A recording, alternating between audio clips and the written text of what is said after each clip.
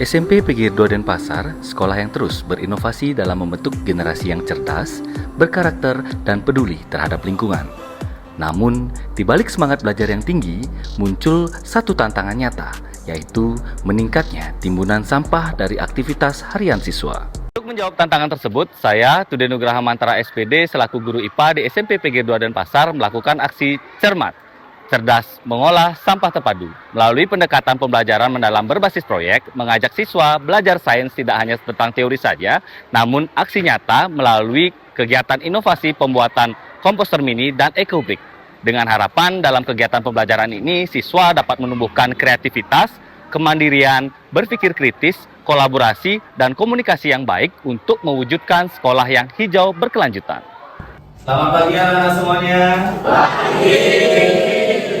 Bagaimana kabarnya hari ini? Baik. Mudah-mudahan selalu baik ya, walaupun akhir-akhir ini curah hujannya tinggi ya, musim hujan ya. Saudara semua sehat dan baik ya. Silakan ketua kelas. Pada asalnya. Om Swastiastu. Mulai pembelajaran, alhamdulillah dari kita berdoa sesuai dengan kepercayaan dan agama Muslim. Berdoa dulu. Sekretaris ada? Oke, sekretaris ada yang tidak hadir hari ini? Ada sekitar 25 student. Kita doakan mudah-mudahan teman-teman kalian yang sakit lekas sembuh ya, agar dapat kembali bersama kita untuk mengikuti kegiatan pembelajaran. Ada yang tahu kita akan bahas apa hari ini? Ya, Kita silakan. akan membahas permasalahan sampah, Pak. Namun sebelum kita lanjut kegiatan pembelajaran ya, agar kalian terfokus kembali ya, kita ice breaking terlebih dahulu. Oke, kita coba ya. Pagi.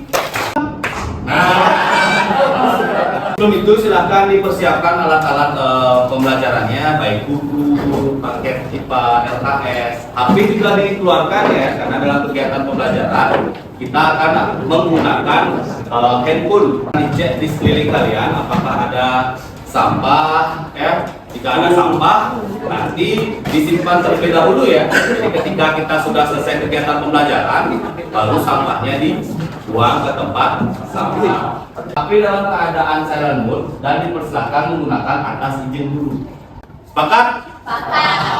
Bisa kalian perhatikan banjir di Bali ya. Masih ingat ya fenomena banjir yang ada di Bali ya? Tanggal 9 sampai 10 September 2025. Nah, kalau kalian perhatikan itu adalah keadaan sungai di Taman Pancing pasca hujan. Nah, bisa kalian perhatikan banyak sekali sampah plastik atau sampah organik ya yang mengotori sungai Taman Pancing. Mengapa sampah bisa menyebabkan banjir? Oke, silakan Maurel. Oke, menurut Maurel, karena sampah dapat menyumbat aliran air di sungai. Nah, yang kedua, apa dampak sampah plastik di sungai dan pantai? Silakan. Boleh di belakang.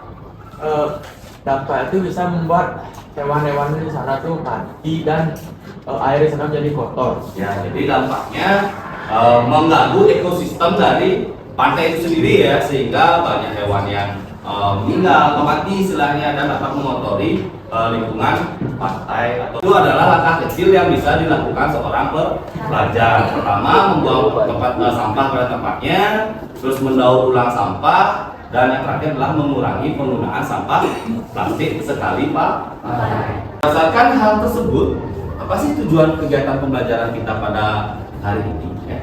Membuat komposter mini untuk sampah organik dan ekobrik untuk sampah plastik. Nah, dengan tujuan tersebut tentu ada manfaat pembelajaran yang akan kalian peroleh tentunya. Nah, manfaatnya tentu yang pertama pasti akan menumbuhkan kepedulian terhadap masalah sampah dan banjir di Bali. Lalu kegiatan pembelajaran yang pertama nanti akan ada pertanyaan mendasar, di mana nanti Bapak akan menampilkan sebuah gambar sehingga kita akan mencari apa sih sebenarnya masalah yang dapat kita pecahkan sehingga kalian nanti dapat mendesain perencanaan proyek. Jadi dari masalah tersebut kalian akan merancang sebuah proyek. Jadi kita ada 3 penilaian dalam kegiatan pembelajaran ya. Yang pertama, asesmen pada awal pembelajaran. Pada proses pembelajaran, jadi terakhir asesmen pada akhir pembelajaran. Tes diagnostik dulu ya. Silahkan gunakan HP-nya, boleh di-scan barcode-nya.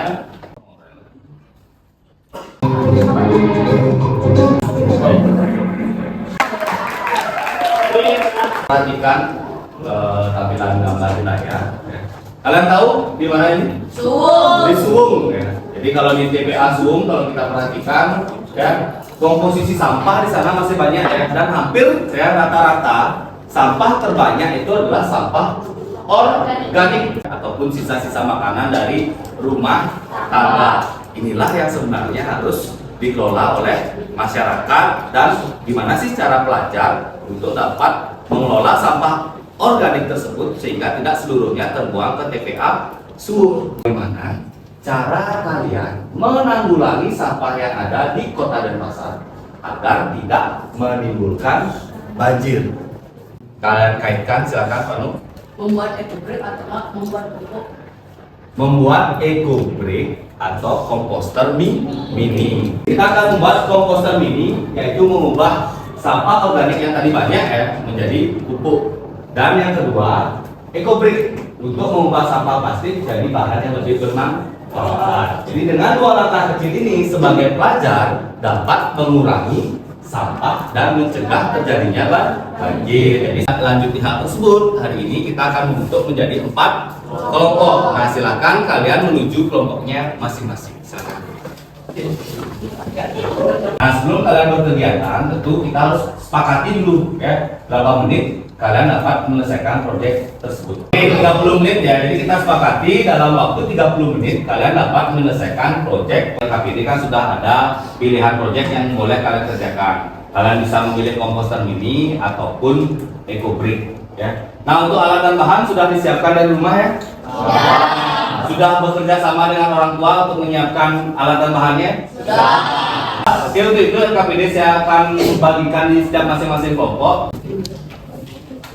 Ada pertanyaan-pertanyaan yang bisa dijawab juga untuk menyelesaikan proyek dari eco-brick dan komposter mini.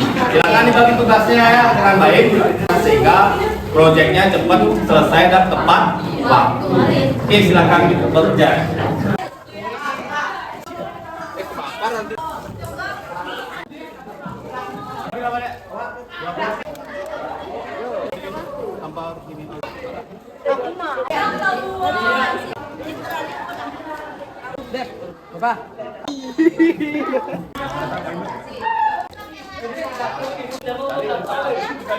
Gimana? Sudah selesai proyeknya? Sudah. Masing-masing kelompok yang membuat proyek yang berbeda, itu saya harapkan ada yang presentasi. Halo semuanya, selamat pagi. Boleh dicoba ya apakah eco-brick yang mereka buat berusia tidak? Oke, silakan. Ya.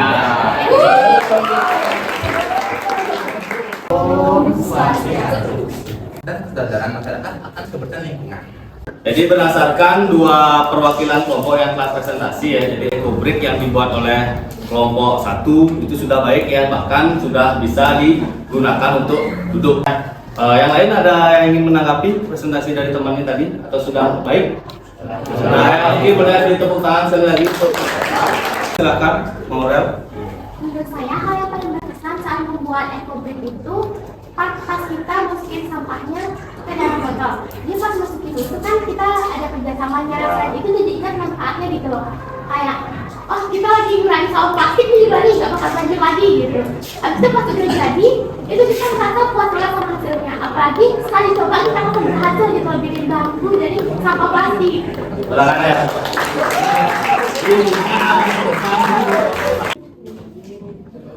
Bahannya hampir 96,2%, perasaannya bahagia. Untuk menyimpulkan kegiatan kita pada hari ini, silakan angkat tangan. Silakan, restu boleh. Kalau menurut saya hari ini sangat menyenangkan karena hari ini kita bisa mengetahui apa saja permasalahan sampah, terutama permasalahan organik maupun non-organik. Dan kita juga mengetahui bagaimana cara menanggulangi seperti membuat komposter mini maupun eco-brick. Jadi kita bisa mengurangi sampah-sampah, terutama sampah plastik maupun sampah organik atau sampah alam yang ada di sekitar.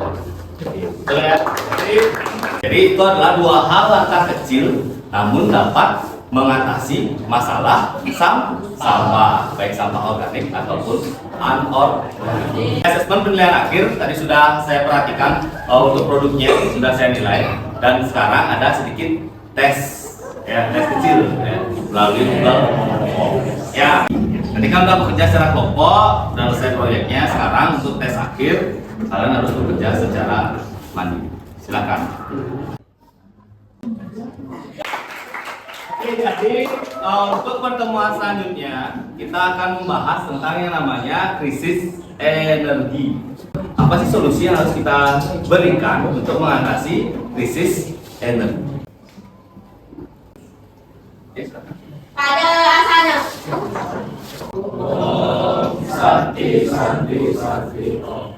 Oke, sampai jumpa di pertemuan selanjutnya.